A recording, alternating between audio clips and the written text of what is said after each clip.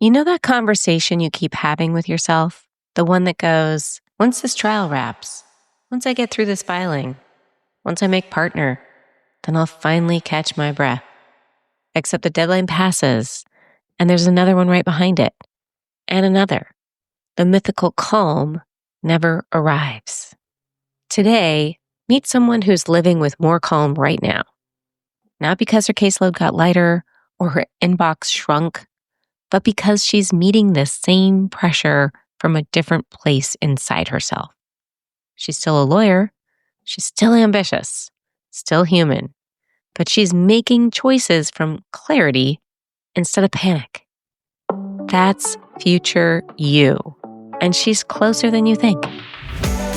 Welcome to the Lawyer Burnout Solution, the podcast for women attorneys who want to move from survival mode to a sustainable, fulfilling lawyer life. I'm Heather Mills, and this episode kicks off a two-part series on future you. Today, we're laying the internal foundation. How you connect with the wise future you and shift from survival mode to self-trust. Next week, we'll build on this work and explore how that same self-trust becomes visible leadership. How you handle pressure, lead teams, and influence culture. Today is the inner pivot, shifting from the self-doubt and stress that's been running your life to the clear-minded, self-trusting lawyer you're becoming. And just to be clear, this isn't about the fantasy version of you who's handled every case flawlessly, answered every email, and color-coded her entire life. Nope, it's about the version who meets the same day from a calmer, more centered place. Future you is the part of you that's anchored in self-trust. She still feels pressure, but she meets it differently. She doesn't spiral when someone questions her judgment or white-knuckle every day. Think of her as your built-in blueprint for calm leadership. She's not a distant fantasy. She's already within you. Most of us try to change by focusing on what's wrong. The overwhelm, the resentment, the constant need to prove yourself. But your brain needs a direction. If you don't give it one, it repeats what it knows. Future you gives you that direction. She's the compass that helps you make one different choice today. Not 10, just one. External goals are just anchors pointing to the growth underneath. So for a litigator, that might mean preparing for trial with the goal of winning, but realizing the deeper growth is staying grounded when things feel uncertain. For in-house counsel, it might mean focusing less on appearing flawless in meetings and more on communicating from clarity instead of anxiety.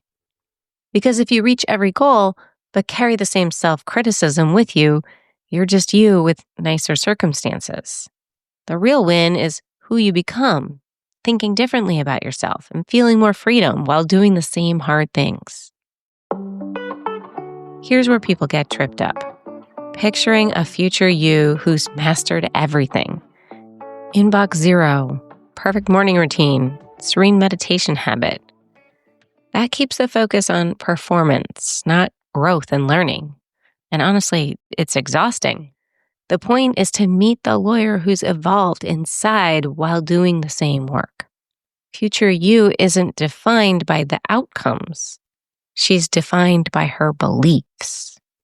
For example, my worth isn't up for question. I'm already enough, even while I grow. Calm doesn't mean I've stopped caring. Just to give you some examples there.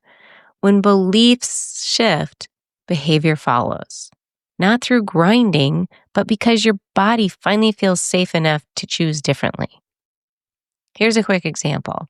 I worked with a really brilliant litigation associate who believed saying no would tank her reputation. She said yes to everything. Weekends, late nights, work that wasn't hers.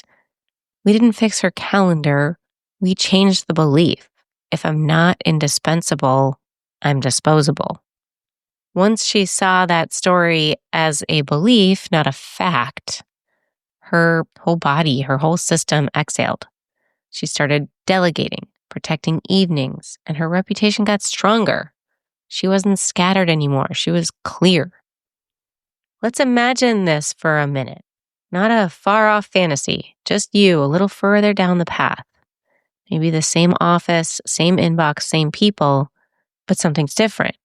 You start your day without that tightness in your chest. You breathe before you open up the laptop.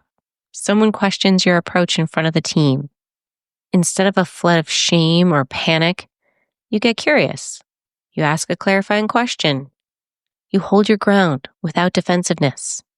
At 6, you close your laptop and your brain lets you. It doesn't chase you into the kitchen with a list of everything that you should have done better. This version of you didn't get here by fixing every flaw. She got here by updating what she believes about herself. And that changed everything. She still has hard days and good days. The difference is she meets the hard ones without turning on herself. Most lawyers come to coaching thinking they need strategies, time management, delegation, boundaries. And those help. I teach them. But the shift that lasts is identity. Moving from, I have to handle everything myself to, I can choose what truly needs my attention. Or from, I have to earn my place to, I trust my judgment. Your brain acts consistently with who it believes you are. When your self-concept shifts, seeing yourself as someone who's allowed to rest, to have limits, to be human, your choices get lighter. Not because you're trying harder, but because they finally match who you're becoming. I hear it all the time from clients who are updating their beliefs. They say, I'm not sure why I did that. I just felt calm enough to try something different. That's identity shift in real time. I've learned this the humbling way. I'm not exempt from any of this. Years ago, a mentor watched me beat myself up over a perceived failure and said, Heather, you have no idea how much goodness you radiate, do you? And I just stared at her. I was too busy cataloging everything I'd done wrong. That one sentence relaxed something in me. I didn't fully believe it, maybe 5% of it, but 5% was enough to act like it was true for an afternoon, and then a day, and then a week. Belief grows like that, inch by inch, when you practice it on purpose. I see this with my clients. They're not broken. They've been taught to protect themselves through over-responsibility and self-critique. The moment they glimpse their own goodness, the armor drops, and they start to believe just a little bit in their own goodness too. And when they meet those protective voices, self-critical voices with compassion instead of punishment, everything starts to realign. When we do future self-work, no one is surprised by who they meet. It's recognition, like, oh yeah, right. I forgot this part of me existed. Posture softens, there's warmth, and what surfaces again and again is simple. I can trust myself. And that's not someday, it's now, even if I haven't been trusting myself. That shift really does change everything. Less proving, more belonging to yourself. Here's the tricky part. Future you sounds peaceful, but she can also feel terrifying. If you've built your career on being the reliable fixer, calm doesn't feel safe. It feels foreign. Your brain whispers, if I slow down, everything will fall apart. People will think I don't care. So that means that we start small. We practice one new thought at a time, thinking the way future you thinks, until calm starts to feel safe again. Before your next meeting or email, pause for 10 seconds and ask, what would future me do right now? Maybe she would say it more plainly.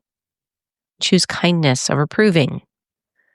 The pause is how identity rewires. Micro moments of alignment. So this isn't fuzzy self-help. Your brain is a prediction machine. It predicts who you are based on past behavior, then steers you to confirm it. Neuroscience shows that when professionals rehearse thoughts from a future identity, the prefrontal cortex rewires for calmer, more strategic responses under pressure. If your brain predicts, I panic under pressure, it delivers panic. Not because there's something wrong with you, but because it's being efficient. Your brain is being efficient. When you deliberately think what your future self would think, like, I can handle this calmly, you give your brain a new prediction to work with. Over time, calm becomes available more often. Here's your homework, if you want it. Pick one belief your future self already lives by. Just one. Maybe it's, my worth isn't on the line in this email, or rest makes me sharper, or I can say less and still be effective. And create a belief bridge that you can reach right now, something you can believe right now. So maybe it's, I'm learning to trust that my worth isn't on the line in this email, or it's possible that rest could make me sharper. And then put it where you'll see it. On a sticky note, in your calendar, as a password, on your mirror, in your car. You don't have to force belief. You're rehearsing what it feels like to think this new thought. And then notice how your body shifts when you practice it. That's your proof. That's your future you showing up. Future you isn't a life overhaul. She's built one belief, one breath, one boundary at a time. 5 minutes of quiet before a hearing. Letting an email sit overnight. Saying, I'm overwhelmed, instead of pretending you've got it all handled. Small, sustainable, repeatable. Transformation happens in the quiet, unglamorous moments where you choose one thing differently, or where you choose 1 degree differently. When one lawyer walks into a room centered, not perfect, just grounded, it changes the room. Judges feel it, clients feel it, younger lawyers absorb it like oxygen. You become proof there's another way to do this work, that you don't have to choose between excellence and your humanity. This is how legal culture shifts, one lawyer at a time, remembering who she is underneath the armor. Future you isn't waiting at the end of your resume. She's not a retirement plan. She's the version of you rooted in self-trust while you practice law the way you actually care to, right now. She's already here. Let her in. If this episode helped you connect with your future you, even for a second, I'd love to talk. Book a free stress reset call to see how this identity shift can help you handle your next client negotiation or partner review with more confidence and calm. Go to heathermillscoaching.com/call. And if you know a lawyer who needs this, share the episode. Sometimes knowing there's another way changes everything. That's it for now. Pay attention to the small wins this week. The emails you don't overthink, the pauses you take before speaking. That's future you making herself known. We'll pick it up next week with how to lead from that same steadiness.